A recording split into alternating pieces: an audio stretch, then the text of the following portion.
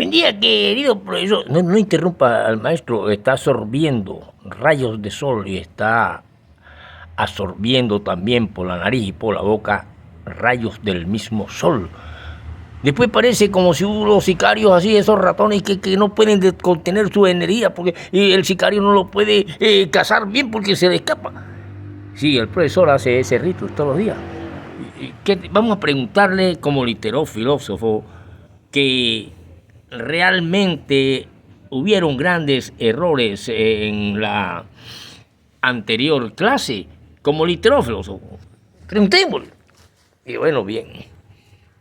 Profesor, cuando usted mencionó que había una diferencia entre Álvaro Uribe Vélez y Serpa, o algo así, pero que usted mencionó en vez de decir 5.3, dio 53 millones. Eso se referiera a 5 millones, 3%, es así porque siempre se ha hablado del 5% de ventaja del 1, el 7%, el 8%, el 10% y así por el estilo, pero 53 millones de votantes no pudieron haber en las épocas, aquellas de 1990 y pico al 2006, porque Colombia no llega a esa cantidad de habitantes y en Colombia solo vota es el 10%. Una parte de Colombia es que votan, los demás no votan por muchas razones. Niños, gente que por haber motivo, etcétera, etcétera. Pero sería así, claro, queridos estudiantes. Ustedes son los filósofos y yo los pongo a pensar. Pero usted, profesor, hoy en día que nos corrige esta cuestión de que si es el 5.3%, que le sacó de ventaja uno al otro y que habló hoy del fraude y de que no se llega al 1%, entonces estamos en esta cuestión, ¿verdad, profesor? Cuando usted se refería en aquellas épocas a Rojas Pinilla, a Misael Pastrana Borrero, que un Rojas Pinilla tiene que ver con las cuestiones de la época en que el mismo Pina Pérez y López Pumarejo eran simpatizantes de la corriente ospinita. Y varios de los personajes que llegaron en esta época a la administración, al ministro del gobierno, estuvieron secretarios, estuvieron ministros, estuvieron muchos ocupando cargos durante el mandato de Mariano Pina Pérez y que ellos eran partidarios y hablaban con el general Gustavo Rojas Pinilla, ¿verdad? Sí, claro, sí, estudiante, todo eso. Por eso los enseño a pensar en literalidad para que no traguen entero. Y fue lo que sucedió cuando el verdadero cristianismo, que sí conoció el comunismo y lo que es el comunismo para que no lo confundan con el partido político y sepan distinguir que el sistema económico es diferente a partido político. Y que precisamente el momento más feliz de la comunidad primitiva cristiana, después que irrumpe el Espíritu Santo en aquella comunidad, donde se dice que sucederá que en los últimos días el mismo Todopoderoso derramará su espíritu sobre toda la humanidad, sobre hijos e hijas de todos los que estaban allá. Y por eso los jóvenes harían señales y profetizarían y todo, y que aquellos bienes que ellos recogían serían entre ellos mismos repartidos y no a una persona en común, sea rey, sea presidente de un grupo religioso o alguien que dirija. Y por eso los primeros cristianos tuvieron una vida comunal, comunista, feliz, y todos eran felices, reía y gozaba porque nada de nadie, todo era de todo, y por lo tanto lo registra esta cuestión de esta manera. ¿Y cuándo fue eso, profesor? Bueno, esto sucede antes de que el mismo Pedro sanara a un paralítico. Lo hice por allá, creo que es en Lucas, en el capítulo 2, dice lo siguiente. Dice que ellos, después que todos decían que estaban borrachos, que estaban marihuanados, que estaban emperiqueados, que estaban en aquella época no había perico ni marihuana, profesor. Bueno, pero ya Moisés en la anterioridad en la zarza ardiente había aspirado un poquito de esta planta que se encontraba en Madián. Todos estaban asombrados a causa de los muchos milagros y señales que el Todopoderoso hacía por medio de los apóstoles. Todos los creyentes estaban muy unidos y compartían, esto es lo que sus bienes entre sí. Vendían sus propiedades y todo lo que tenían y repartían el dinero según las necesidades de cada uno. Entonces este pedacito es el que tiene que ver con los cerdos judíos y las cuestiones, profesor. Hombre, ¿y eso debido a qué, profesor? Bueno, sencillamente aquí hay dos jóvenes que son licenciados y profesor de las universidades hoy en día, que son Alberto Vergara y Naín. Su padre, con mucho esfuerzo, le dio educación en aquellas épocas en que la Universidad del Atlántico, que fue después de usted, profesor, el poeta, que en su época solo se pagaban 30,000 pesos, pero 30,000 pesos no los tenía todo mundo. Y solamente los padres que pudieran colaborar en esa universidad pública con los 30,000 pesos, da los 30,000. Y usted como huerto le ponía a ver a Bolívar Acuña y a Diego de León y se metía en el Instituto Julio Blanco y iba a la biblioteca donde su tío Fiquito Ferreira dirigía y leía, profesor. Sí, claro. Y así por el estilo vemos a este hombre en el Día Mundial del Libro y vemos también un hombre que imitaba a Daniel Santos como era Carlos Rico. Aquí hay de la Policía Nacional este señor padre de Viaña que hizo que el poeta escribiera en el periódico de la Policía Nacional, El Observador. Y así por el estilo sucedieron esos hechos. Y por eso le digo que el sistema económico no es el partido político. El partido político lo funda cualquiera. El de China nació con un maestro llamado Mao Zedong, que nunca, como le dije en clase pasada, lanzó una bomba atómica contra ese Japón que hostigaba a la China. Y que la China era en ese entonces lo más pobre y miserable, de ahí que hubo una revolución cultural hasta llegar al día de hoy, y esas estructuras no se pierden, lo mismo la de la clase trabajadora en Rusia, porque precisamente cuando ya hablamos en estos periodos en que hubo la Guerra Fría, tenemos que ver muchas cosas. Por eso me agrada que en Little Sociedad hayan comprendido que 53 millones de votos no, porque Colombia aún no llega a 53 millones de habitantes hoy en 2026. Por lo tanto, si solamente una parte vota, algunos 25 millones de habitantes votan legalmente, el resto fueron pueblos, muchos pueblos olvidados, veredas,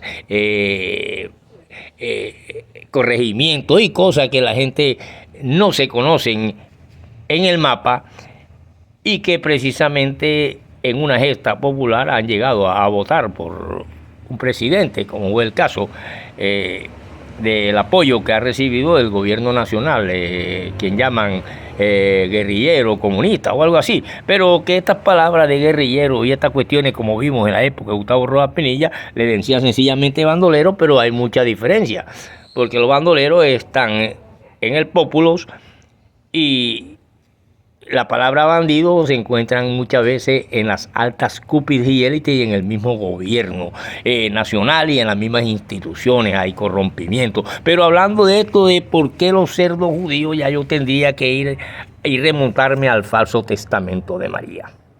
Ir al falso testamento de María precisamente porque en Remolino, Magdalena, donde se encuentra la iglesia más hermosa, nació una niña que recogía algodón, le llamaban María, queda huérfana y llega con el tiempo a trabajar en la casa de los Palmas y conoce a un hombre español, quien hace que sea la primera mujer de tipo burgués que llega a un potrero que tenía una tienda y él compra la tienda con todo y casa, y esa niña que recogía algodón es María Dolores, quien abandonó con dos niños en las bongas donde los caballos de Simón Bolívar tomaban agua, a su hija y a su hijito, y se lo dejó al flaco vago José Manuel de la Hoz, que con el tiempo llega a sentarse a jugar con uno de los hombres más millonarios del pueblo, como eran los Cuellos, y a codiarse y a tener una riqueza donde deja 200 cerdos, 5 casas una tras de otra, los juegos de azar que llegaban y salían en la plaza en las épocas de fandango, pero que en su soledad, después de ser abandonado por la del falso testamento, por María, entre comillas, llega y se enamora de él una jovenzuela que le iba a barrer, de apenas unos 25 años, cuando ya él tenía 60 y pico. Y entonces el poeta encuentra todos los años a uno en la teta y a otro cargado, que vienen siendo sus tíos, y tenía que decirle tío y llevarlos al fandango y llevarlos a la... Y ese fue José Manuel de la Hoz. Y José Manuel de la Hoz muere, y su esposa, que llega a casarse con aquella de los Bornacelli, hereda lo que él dejó. Y entre esa familia hubo una que se convirtió en abogado. Y son familias del poeta de Muriel. Sí, por eso le hablo de los cerdos, porque precisamente estos dos jóvenes, su padre, uno de los hombres más honrados y correctos, que los lleva a las cuestiones pentecostales, que es una de las doctrinas religiosas que se acerca más a lo cristiano, considerada como una de las sectas más pulcras. Educa a sus hijos con gran esfuerzo, y de ahí salieron un historiador y un licenciado en matemática, como es Alberto y como es Naín Vergara, que nacen de ese padre que podía sacrificar fácilmente un cerdo, 2 cerdos. El niño Eddie Muriel en la ciudad no tiene ni siquiera, y se registra en los colegios, la 34 y el Carlos Meis en el bachillerato y en el Francisco José de Caldas, que nunca nadie fue a una reunión de padres de familia por él, ni cuando hacía alguna travesía de estudiante, como una vez que lo expulsaron, alguien que existiera de acudiente, sino que llamaba a cualquiera que pasaba y le decía que dijera que era tío, y así solucionaba el problema. Entonces, mucho menos Eddie Muriel en aquella época iba a tener un dinero para pagar un semestre en una universidad, pero leía gratuitamente por medio de Fico Ferreira, que estaba en la biblioteca. Y de esos Ferreira salen filósofos, primera dama del pueblo, de las garras de Federico Ferreira. Entonces sigue la vida, y nos encontramos entonces que los fraudes en Colombia y los cerdos que no fueron nunca cultivados por un judío, sin embargo llega el endemoniado ganadero y a él le sacan demonios que se van a los cerdos, pero seguramente esto fue fuera del contexto geográfico de esta tierra de Judá, porque ellos no creaban cerdos. Por lo tanto, los cerdos es una mercancía, pero también el cristianismo moderno, con la irrupción del sistema económico, que no son los partidos políticos, llegan al día de hoy a convertir esta irrupción del Espíritu Santo y esas primeras cuestión de tener todo en común, que es la raíz del comunismo, que nunca ha tirado una bomba atómica sobre Japón, que nunca ha querido robarse el petróleo de ningún país, que nunca ha hecho que solamente unos individuos se nutran absorbiendo de los pueblos que de una u otra manera una naturaleza o un Dios todopoderoso o un ser solar le haya dado. Ya que antes de Moisés, de Jesús, de todos los profetas y de todos los escritores del Nuevo Testamento, antes de Abraham, antes de Adán y antes de toda gente, miles de millones, ya existía la vida. Y existía la materia. Por lo tanto, antes de toda esta gente, por lo tanto, no se había escrito nada sobre ninguna ilusión y sobre ningún cerdo. En cambio, he visto que hay malas inversiones muchas veces en el campo político a un candidato y se nutren de mafia, de cuestiones, de dinero mal habido y cuestiones, y levantan la bandera de la honestidad.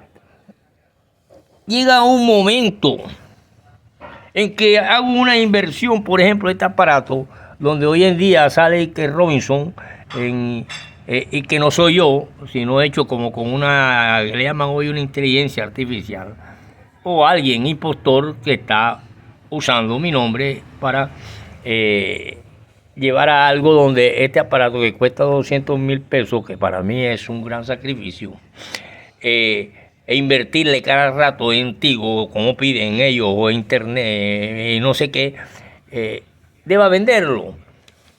Porque asombradamente se necesitan millones y millones de no sé qué, y de campanitas y de no sé cuándo, y peor que los que están en los púlpitos recibiendo maletas de dinero y cuestiones por los sufragios, lo reciben. En cambio, para mí es pérdida.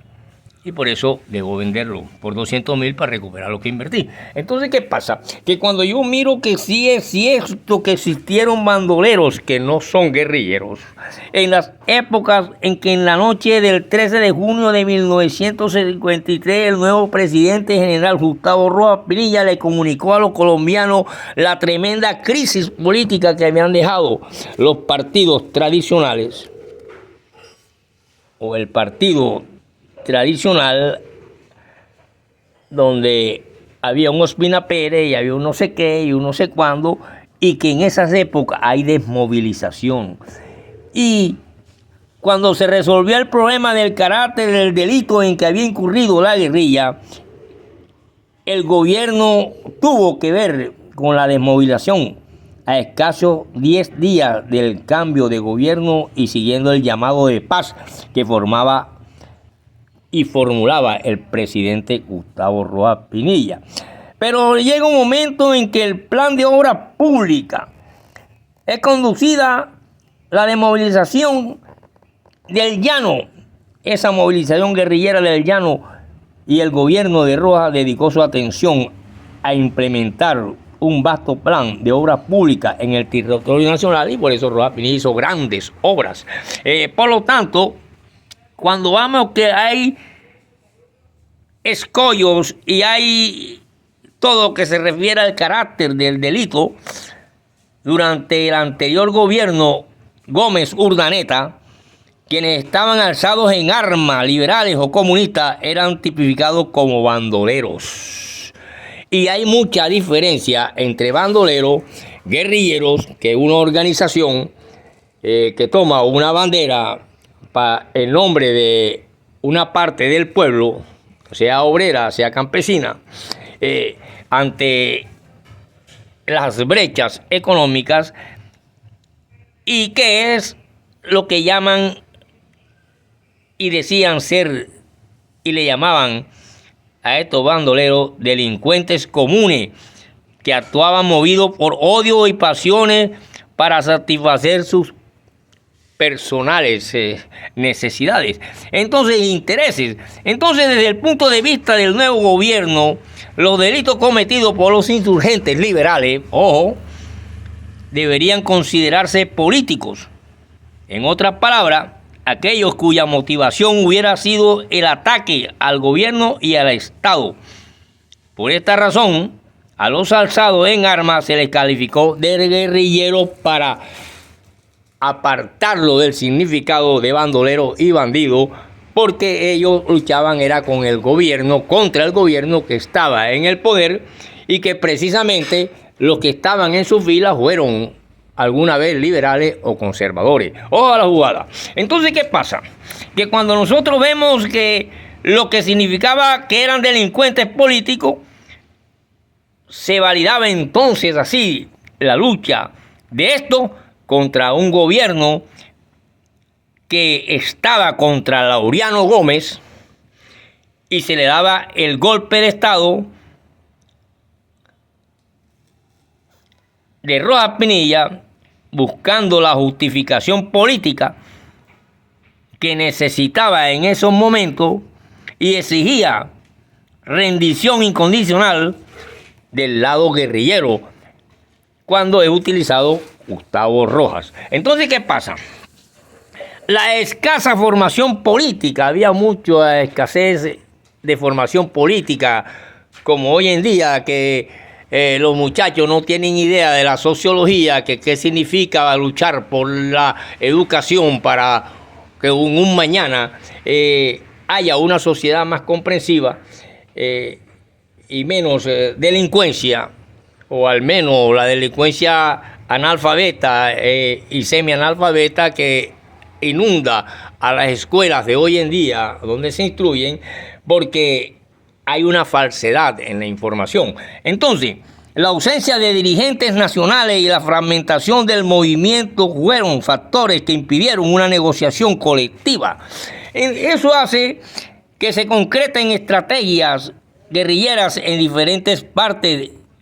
Por ejemplo, en Tauramena, el 6 de septiembre de 1923, el 15 de septiembre en Monterrey, donde 1.100 hombres en Monterrey, y el 16 de septiembre en Tame, 250 hombres en Orocuá. El 20 de septiembre, 81 hombres, y el 21 de septiembre en Nunchi, 1.300 hombres y 479 mujeres. El 24 de septiembre en Cumaral,